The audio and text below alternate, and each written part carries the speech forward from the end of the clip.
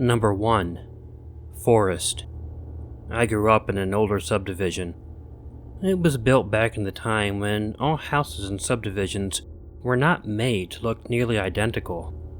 If one was walking through the neighborhood, before getting all the way to my house, you'd pass by some areas without houses and were mostly small fields. Then, when you finally turned on the street that led to my parents' house, there were only houses on the right side of the street until you got halfway down the street. On the left side of the street, there was a very small and very creepy forest. I always was scared of that forest. It was creepy, and it was extremely dense, with trees and bushes and things. You couldn't really see into it during the daytime. The level of the forest was lower than the level of the road by about 4 feet, so if you weren't careful, you could fall down right into the forest and get really hurt. And when it turned night, it was black and scary as possible. There had been many times when I walked by that little and scary forest in the dark of the night. It always creeped me out, and I always felt like I wanted to just get up and run all the way to my house. And yeah, I'll admit that I've actually done the running a few times. My friends knew I was scared of the forest. Hell, I was even sure that they were scared of the forest too, but they always gave me a really rough time over it. But it was all just fun. One day, I was home at my house, which I guess makes sense, since your house is really the only place you can be at home in. I heard a knocking on my door, and when I checked it out, it was my 3 best friends, Carl, Ken, and Greg. I let them in, and we went to play some video games. Not long into our hanging out, Ken made a comment about the forest. He began giving me a hard time about it, and of course, the other friends joined in on it, and they kept telling me it was just a forest, and nothing scary has ever happened in it before. Then they kept daring me over and over to take a little walk in the forest once the night fell. I was getting a bit tired of the teasing, and after a while I finally had enough. I told them I would go ahead and do that, something I came to regret right away. Around midnight, we went over to the forest. My friends began teasing me again because I was very obviously stalling. After a while, I knew I should just go ahead and walk in the forest to get it over with, and the dare was to walk from one side of it to the other. I approached the edge, and then carefully had to lower myself down into the forest. I didn't have a flashlight, but I had a flip cell phone to give me a little bit of light. Smartphones were still a few years off. I had to be very careful, because the light of the phone really only provided a little bit of light, and only slightly ahead of me. If I walked too quickly, then I could possibly trip and fall and get seriously hurt. So I was walking in the pitch dark, taking only little baby half steps the entire way. At one point, I did hold my light up to try and look forward as opposed to my feet, as I had been doing. I did this a few more times, and I did notice there was something up ahead of me. I could barely see anything though. However, I kept the light up as I got closer and closer. And although it took a while, when I was probably only a few yards away, I noticed what it was. It was a small tent, pitched in the middle of the forest. I have to admit, it caused me to stop, and I felt my heart jump into my throat. When I finally began walking again, I got closer, and noticed that the tent was a bit old and ratty, and that led me to believe that maybe it had been there a long time and was abandoned. I didn't care either way. I was not curious enough to check it out. I just wanted to get past it and out of the forest. That was when 2 things happened. I heard a crunching noise, and then I felt someone from behind lay a hand on my shoulder, and no, there was no way it was my imagination. I'm not sure how long I stood there before my legs just went into motion and then began running very quickly, as fast as I could out of the area. I unfortunately tripped a few times, but I was able to keep my balance and not get injured. I was so scared, I didn't hear if the person was following me from behind. I was able to get to the other side of the forest. My buddies were all there, and I knew I'd need their help getting out. They were laughing at me for running, but all three of them quit laughing immediately and reached down to help me out of the forest. They then hurried me and themselves down the road back to my house as quickly as possible. It was obvious what happened at the end, but my buddies mentioned it anyway. They saw a figure, although very dark, standing in the forest not too far behind me. I explained to them what happened in the forest, and we debated calling the police. We eventually decided to. The police came, and we found out that the man was a guy who had a warrant out on him for allegedly violently attacking his girlfriend and leaving her near death. He had been hiding out in that weird dense forest for months.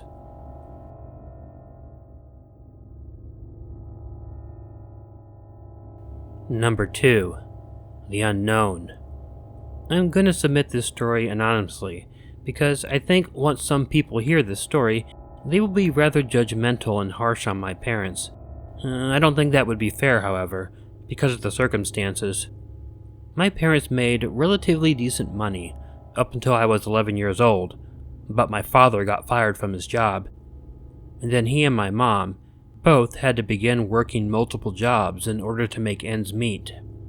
Both of them had third-shift jobs, and we didn't have money to hire a babysitter, so my 13-year-old brother and I were very often left alone overnight.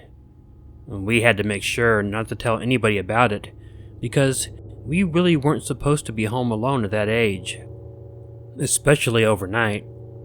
We always made sure the door was locked, and we never had problems. This setup actually worked really well for about a year. When my brother was 14 and I was 12, we never really thought about it anymore. It was normal for our parents to just not be there all night.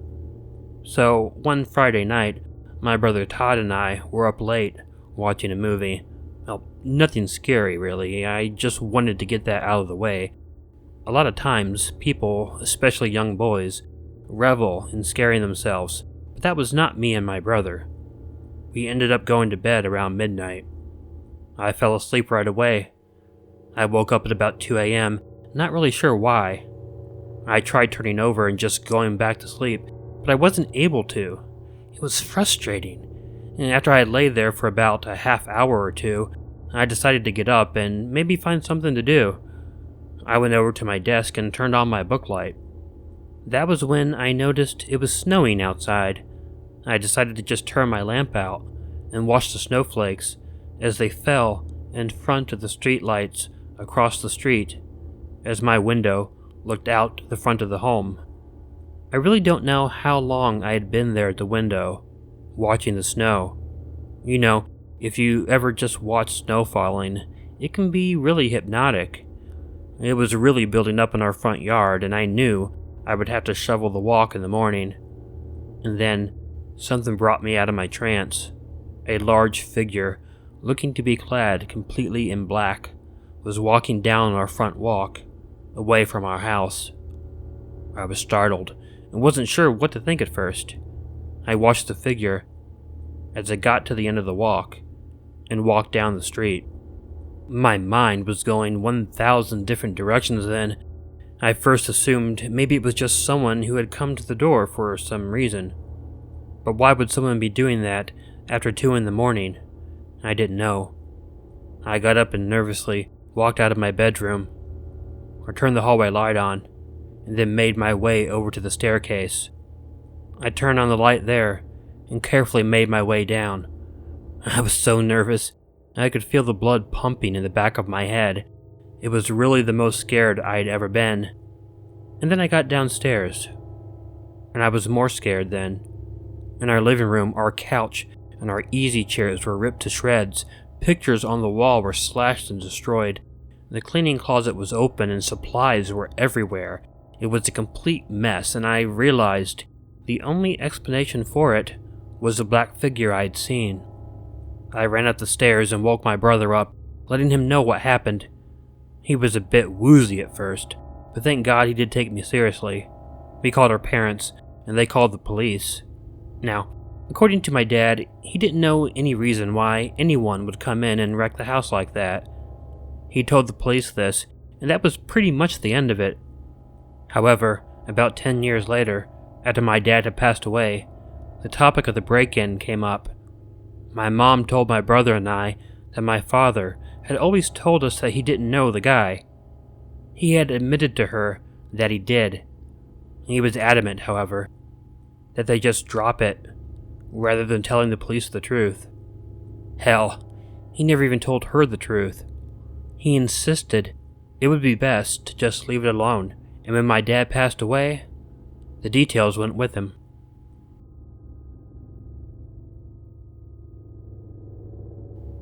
Number 3. House. Nowadays, I live in the city. However, when I was growing up, my family lived in rural areas and tended to move maybe once a year to every year and a half. My dad really liked very rural areas. It sort of sucked for me because we lived down long dirt and gravel roads, and the nearest houses were never actually near. It was impossible for me to have friends, except when I was in school. Maybe the most rural place I ever lived in was when I was 13 years old, and there was a bus that took me to school, and during school time made me get up at 4 a.m.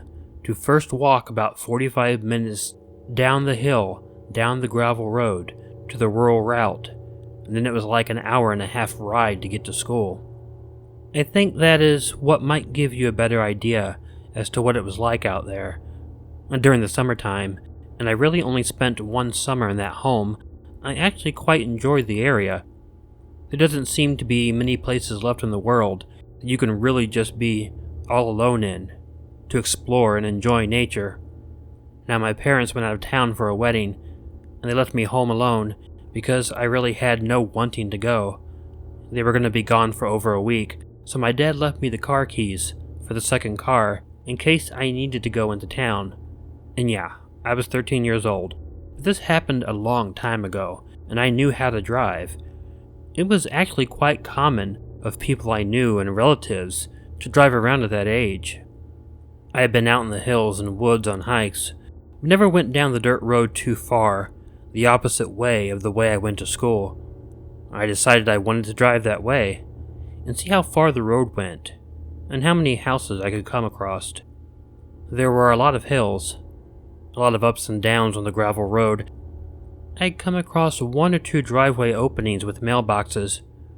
The driveways were basically very long gravel roads, and I never noticed the houses. So, getting on with this, the car began sputtering. The steering wheel locked up, and I was barely able to get it to the side of the road.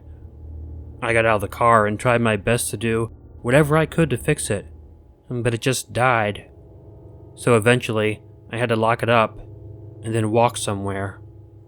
I was miles away from home at least. I decided to maybe walk down to the closest driveway, and then find out if someone there could help, or if they had a phone. So I walked, and I came to a mailbox, turned on that road, and began walking. It got completely dark really quickly, and walking down that road was completely terrifying to me. It was heavily wooded, and I think we were in a new moon, so it was really dark. I also didn't know how long the walk would be, or even if anyone would be at the house when I arrived. Eventually, though, I finally came upon the house. As I walked up to it, my heart sank, though. It looked like it was abandoned and boarded up. Still, I had to get closer to make sure. And yeah, it was abandoned. The door was boarded, and there was a notice on the door that was very faded. But I figured it had to do with something why the house was like that. I moved up the creaking steps onto the front porch, looking to see what the notice read. I kept expecting the wood of the porch to collapse under my feet. When I finally was able to make out the notice, I sort of wished I hadn't been able to. Trespassers will be shot and skinned alive. I thought maybe it was a joke or something that was left there back when the house was inhabited. I began contemplating what to do, and that was when a light came on in the house. It was on the second floor, but it scared the crap out of me. I turned and ran back down the driveway. I didn't look back at the house, but I did hear 2 gunshots as I ran off. I made it to the end of the drive, but the walk was even creepier going that way. I wasn't aware of anybody following me, but that didn't mean I didn't expect it. With the car still down, I decided the best thing to do would be simply to go home. It would be a long, long walk, but at least I know I would feel secure when I got there. I don't know anything about what was really going on there. We didn't live there much longer, and I never brought it up to my family. My dad was always the guy who told me, if you were someone else's property, they could do whatever they wanted to. And some of those crazy backwards people probably had some horrible ideas of things to do.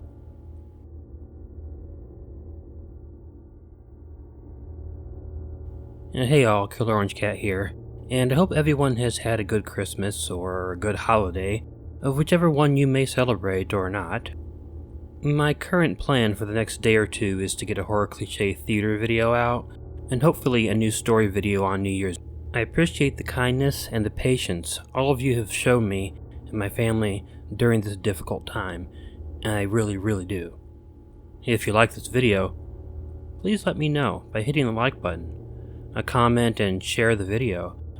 If you're not subscribed and would like to be, please use the subscribe button and bell below, or click on the icon of Ichigo the cat that will appear at the end of the closing. You can also follow Ichigo and myself on Facebook and Twitter using the links in the description.